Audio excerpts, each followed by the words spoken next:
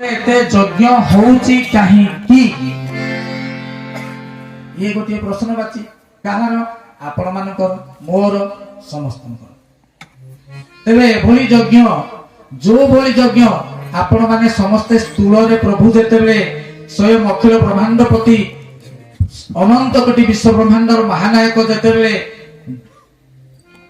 ए शरीर धारण करी ए मर्त्यपुरी रे अवस्थान करुथिले तत्कालीन समय रे जो प्रकार यज्ञ होउथिला बा यज्ञर रूप दिया जाउथिला यज्ञर भितरी कथा तो ना आबे ना हमको भी और लागुची जे प्रभु गुडे मैजिकल किछि करंतु बाहरिया भाई भौणी मानक पय हम व्यस्त नै हम गुरु भाई भौणी मानक पय व्यस्त कारण एइति पय व्यस्त जे हम गुरु भाई भौणी केही साधारण नुहंती केही भी जणे भी मो प्रभु को ठारू जे कर्मधारा धर्मधारा प्राप्त करिसंती समस्ते अनन्य असाधारण समस्ते हरि हरि बोल समस्ते गोटे गोटे मुनि ऋषि तांकोडु भी श्रेष्ठ मुनि ऋषि को भी श्रेष्ठ मु जेते हाई वोल्टेज जेते पावर देकी चढ़े कहले विश्वास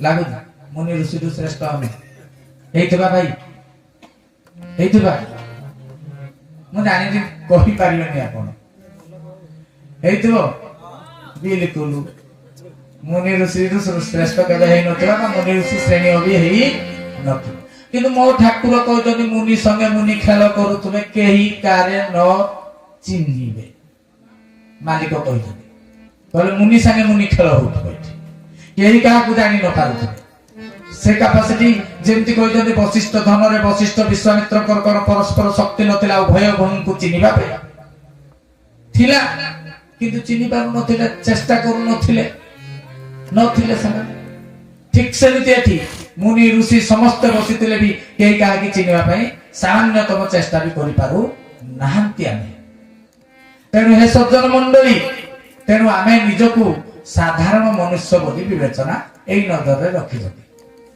निजकु साधारण मनुष्य बोली भाबी नेबाटा ठीक निजकु सरल तरल नम्र करिबाटा ठीक किंतु साधारण मनुष्य द्वारा साधारण कार्य ही हेताय आ अनन्य असाधारण मनुष्य द्वारा दिव्याति दिव्य अनन्य अगम्य कार्य निर्वाह हरि हरि बोल तबे हे सज्जन मंडली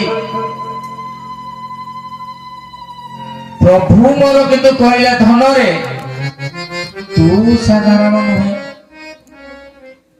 तबे मालिक मोर जणे देले जे तू साधारण नुहे तू साधारण जीव मानक भलिया हबु नाही रे चरम तबे मु जदि साधारण भाबिबी मोर भावना को साधारण रखिबी तेबे ताकू समीक्षा करे एहा निष्कर्ष बाहरिबो जे मु मो प्रभुंकर प्रति मु कुठारघात करूची ये शब्द कोन गुरु जो वाक्य देले जदि से वाक्य को मु ग्रहण करि पारु नाही तेबे मु गुरुंक प्रति मु कोन करूची ना कुठारघात करूची आघात दउची राइट तबे हे सज्जन मंडली तेबे एठी रंजा गळरे यज्ञ हबो ए कथा काहारी साधारण स्तरीय काहारी बाणी नथिला बाणी थिला अनंत कोटि विश्व ब्रह्मांडर हर्ता कर्ता विश्व नियंता जिए प्रभु निजे श्री श्री श्री गुरु स्वामी को ये बाणी थिला तेणु भाई और भौणी माने आज प्रभु कहते सेठी यज्ञ हो ये तांकर बाणी थिला मालिका केवल बाहरिला समयर सूचकांक प्रदान कला मालिका केवल समयर सूचना प्रदान कला मालिका अन्य किछि कहि नै से समयटा को देखाइ देला ठाकुर मोर कहि कि जाइतिले आज की भूमा विभूति महायज्ञ जते बेले होतला आगदरिया शाखारे सेते बेले प्रभु पाद आसिकिरी निजे जणे देथिले जे एठी रंजागळ ठारे गोटिए यज्ञ हेबो एटा प्रभुंकर बाणी थिला स्रष्टांकर बाणी थिला पितांकर बाणी थिला एटा कोनसी पानी रो गार नुहे ପ୍ରଭୁ ମୋର କହିଛନ୍ତି ପଦିଏ କଥା।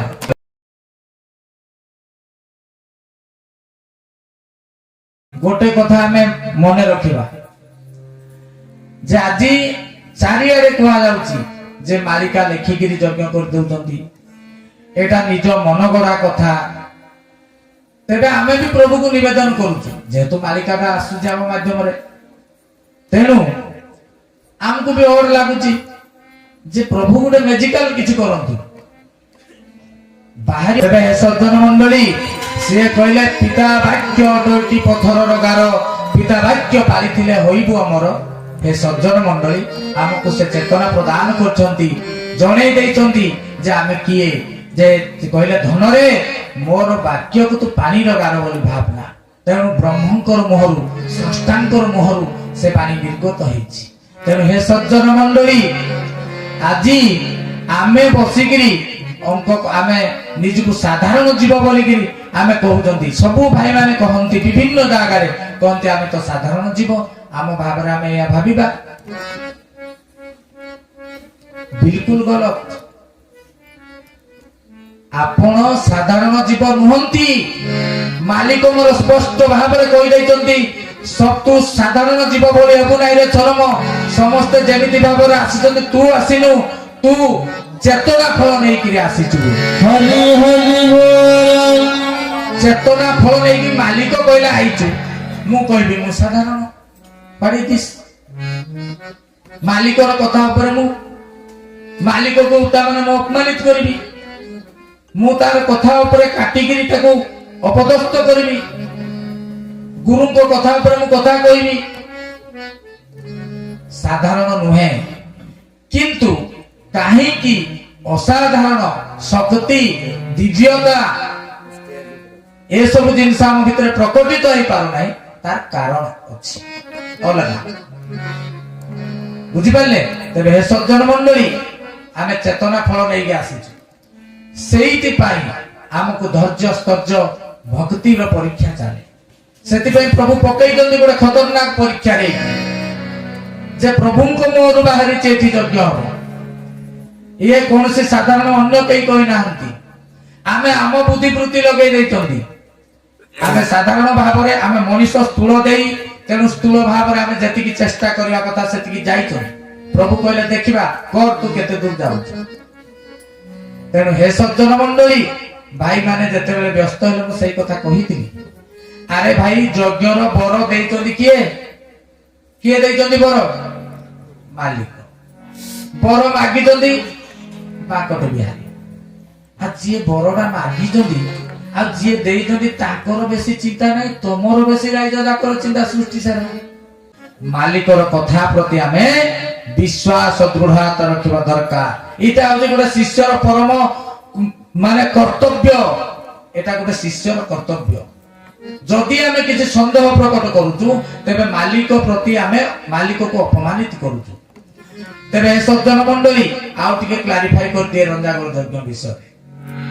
ତେବେ ରଞ୍ଜାଗୋଳ ଯଜ୍ଞରେ ଭାଇମାନେ ମଧ୍ୟ ମତେ କହିଲେ, ଅନେକ ବିଭିନ୍ନ ପ୍ରକାର ଫୋନ ଗଲା, ଭାଇମାନେ ଚାହୁଁଛନ୍ତି ଭାଇ ଟିକେ ଜାଗାଟା ଟିକେ ଚେଞ୍ଜ କରିଦେଲେ ହୁଅନ୍ତା ନାହିଁ, ଚେଞ୍ଜ କରିଦେଲେ ଯଜ୍ଞ ହେଇଯିବ। ଏ ଅଧମ କହିଲା ଯେ ମୁଁ ଆଜି ବି କହୁଛି ଷ୍ଟେଜ ଉପରେ, ଏ ଜାଗା ଚେଞ୍ଜ କରିବା କ୍ଷମତା ଏ ଅଧମର ନାହିଁ। କାହିଁକି ନା ଜାଗା ପୁରା ସିଲେକ୍ସନ କରିଛି ପ୍ରଭୁ। ହରି ହରି ବୋଲ। ଜାଗା ସିଲେକ୍ସନ କରିଛି ପ୍ରଭୁ। ପ୍ରଭୁଙ୍କ ନିର୍ଦ୍ଦେଶରେ ଲେଖିଛନ୍ତି ମହାପୁରୁଷ ଅଚ୍ୟୁତାନନ୍ଦ। ତେବେ ଯଦି ଚେଞ୍ଜ କରିପାରିବେ ସେ ଜାଗା, କେବଳ ତାଙ୍କର କ୍ଷମତା ଅଛି, ସିଏ ହିଁ ଚେଞ୍ଜ କରିପାରିବେ। ନିଷ୍ପତ୍ତି କିଏ ଦେବ? ପ୍ରମୋଦ ଭାଇ ନେଭର। ନିଷ୍ପତ୍ତି ଦେବାର କ୍ଷମତା ଆମର ନାହିଁ। ତେଣୁ ଆଜି ଯଦି ରଞ୍ଜାଗୋଳରେ ଯଜ୍ଞ ହବ ବୋଲିକି ଦେଇଛନ୍ତି ନିଷ୍ପତ୍ତି, ମାଲିକ ଦେଇଛନ୍ତି। ତେବେ ଯଦି ଯଜ୍ଞ ହବ ସେଇଠି ହବ, ଅନ୍ୟ ଜାଗାରେ ଇଞ୍ଚେ ମାତ୍ର ହେଇପାରିବ ନାହିଁ। ଯଦି ହବ ସେଇଠି, এটা প্রভুଙ୍କର ନିଷ୍ପତ୍ତି। ତେଣୁ ତାକୁ ଆମେ ବଦଳେଇ ଦେବାର କ୍ଷମତା କିଏ ଦେଲା? ଆମକୁ ଅଧିକାର କିଏ ଦେଲା ଯେ ଆମେ ସେଠୁ ନିଷ୍ପତ୍ତି ନେବା, ଏଠି ନହେଲେ ସେଠି କରିଦେବା, ଆମର ଏ କ୍ଷମତା ନାହିଁ। ତେଣୁ ଆପଣ ଦୃଢ ନିଶ୍ଚିନ୍ତ ହେଇଯାଆନ୍ତୁ ଯେ ଯଜ୍ଞ ସେଇଠି ହେବ, ଆଉ ଅନ୍ୟଥା କୌଣସି ଜାଗାରେ ହେଇପାରିବ। ହରି ହରି ବୋଲ। ହେ ସଜ୍ଜନ ମଣ୍ଡଳୀ, ଆଜି ଆଉ ଗୋଟିଏ କଥା କହୁଛି।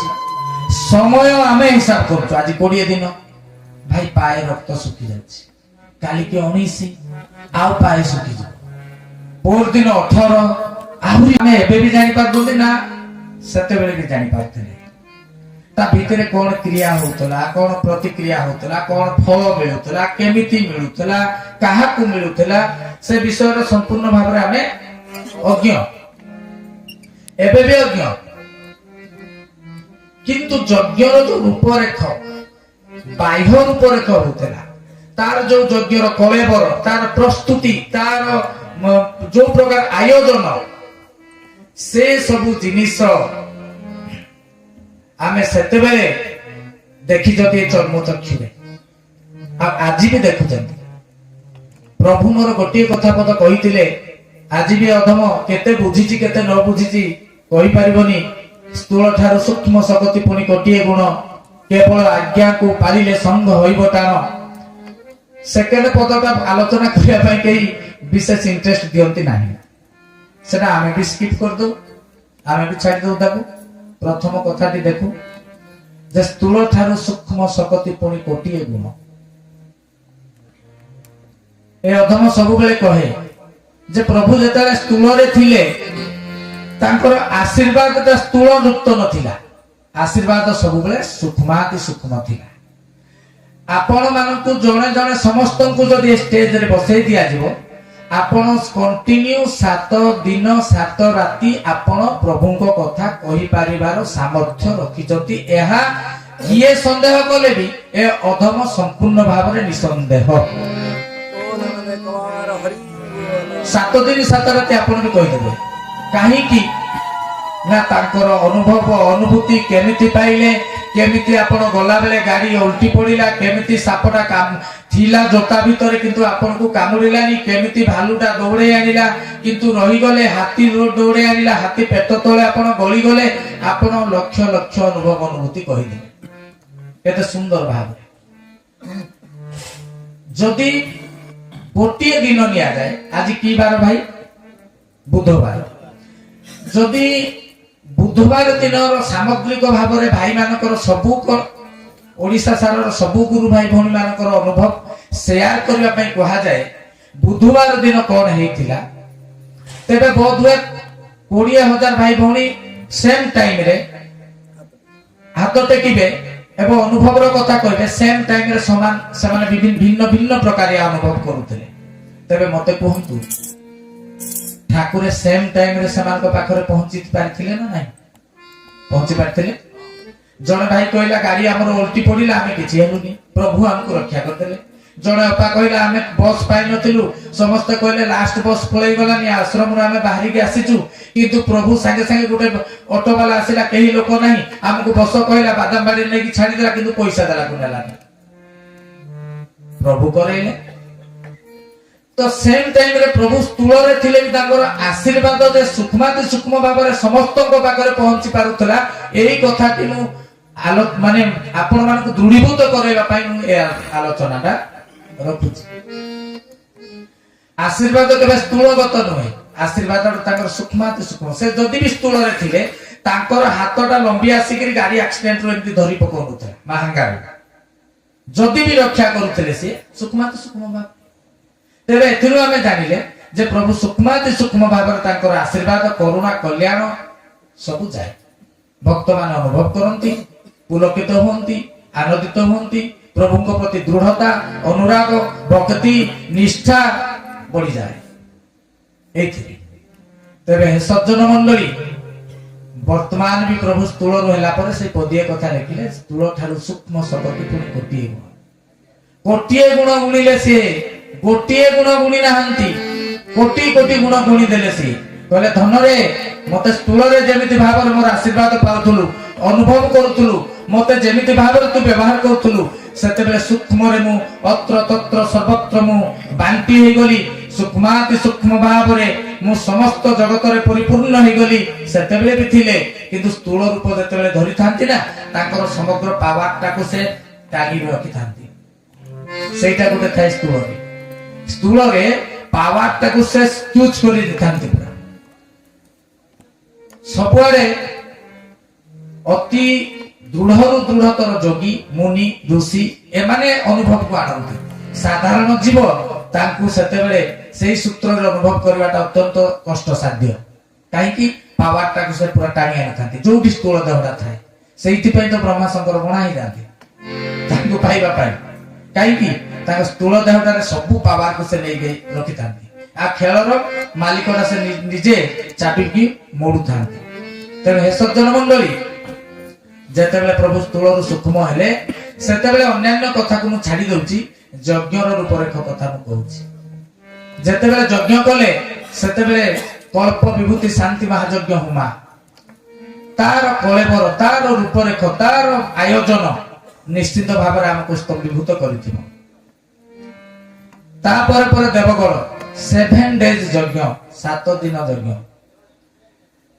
समस्त आपण माने योगदान करथिबे जानिथिबे नेक्स्ट दुसिंहना रेकॉर्ड ब्रेक सोरिसडे पकेइले पढ़िबा पई तले सुयोग नथिला एवं खाली भीड़ सत्संग समय होनथिला अर्ली मॉर्निंग रु स्टार्ट होतला राति 12टा गोटाए पर्यंत आपण मन इच्छा चली पारिबेनी फ्रीली रोड रे समस्त तो जाइथिला आपण माने जानजंदी बाली यात्रा कटक रे जेमति गोटे सुओ रे चलीबे आपण निज आयत रे चली पारिबेनी गोटे फ्लो चालुतुबा आपण एवं कोठी खसी भी पड़िबे बेले बेले ऊपर ऊपर भासी की जाउथे चप्पल कुआडे जोता कुआडे जानि पारिबे नृसिंहनाथ रे सेमति परिस्थिति सृष्टि हेइथिला आपण माने ए चर्म चक्षु रे देखिगिरी आसितन तबे हे सज्जन मंडली वर्तमान आपण माने अनुभव करूथिबे जे सेही समय रे निजे अधम संश्लिष्ट सेतबेले यज्ञ 8 लाख 9 लाख एई फासिनाल समासिंगा यज्ञ तो 3.5 लाख 4 लाख बजेट हमर आश्रम भी आसिजंती परिषद मंडली भी अछंती ताको पचारि बुझंतु एवं ए अधम सीधासलक भाव रे जो यज्ञ रे संश्लिष्ट हेकी कार्य तुलेइथिला प्रभुंकर अखंड आशीर्वाद रु सी होची आपनकर कुसुमी यज्ञ केचुबाणी यज्ञ तबे सेठी भी हमें सही प्रकार बजेट रे यज्ञ करूथु किंतु आजि काली यज्ञ कथा हेला बेलकु आपण देखंतु मिनिमम 50 लाख किछि नुहे 50 लाख किछि नुहे 70 80 एवं 1 क्रॉस कलानी चिंता करू एवं सबुरे पुनी विचित्रता कथा होची एबे यज्ञ पाए हमें पैसा मागी जाऊ पैसा मगा हो नहीं यज्ञ पाए कोवारे कम से कम मु जो यज्ञ रे संश्लिष्ट थी पैसा मगा हो नहीं ये गोटे साधारण कथा कि टिके आपन को और असाधारण लागुची मते कहतु मु कहबी टिके और लागुची कि भल लागुची पैसा मगा हवा कथा नहे हो कि नै नले केमते हो अच्छा गुरुंकर कार्य केमती हुए भिक्षा रे हो ना नहीं गुरु प्रत्येक कार्य शिष्यर अहमिका दूर करबा पई एवं आहुरी अनेक सूक्ष्म सूत्र कथा अछि जोथि पई भिक्षार विधान दे दियो किंतु आमे यज्ञर प्रचार प्रसार करि जाउ जो आमे कहू आमे आपण पाकु किछ मागिबा पई आसिन अर्थ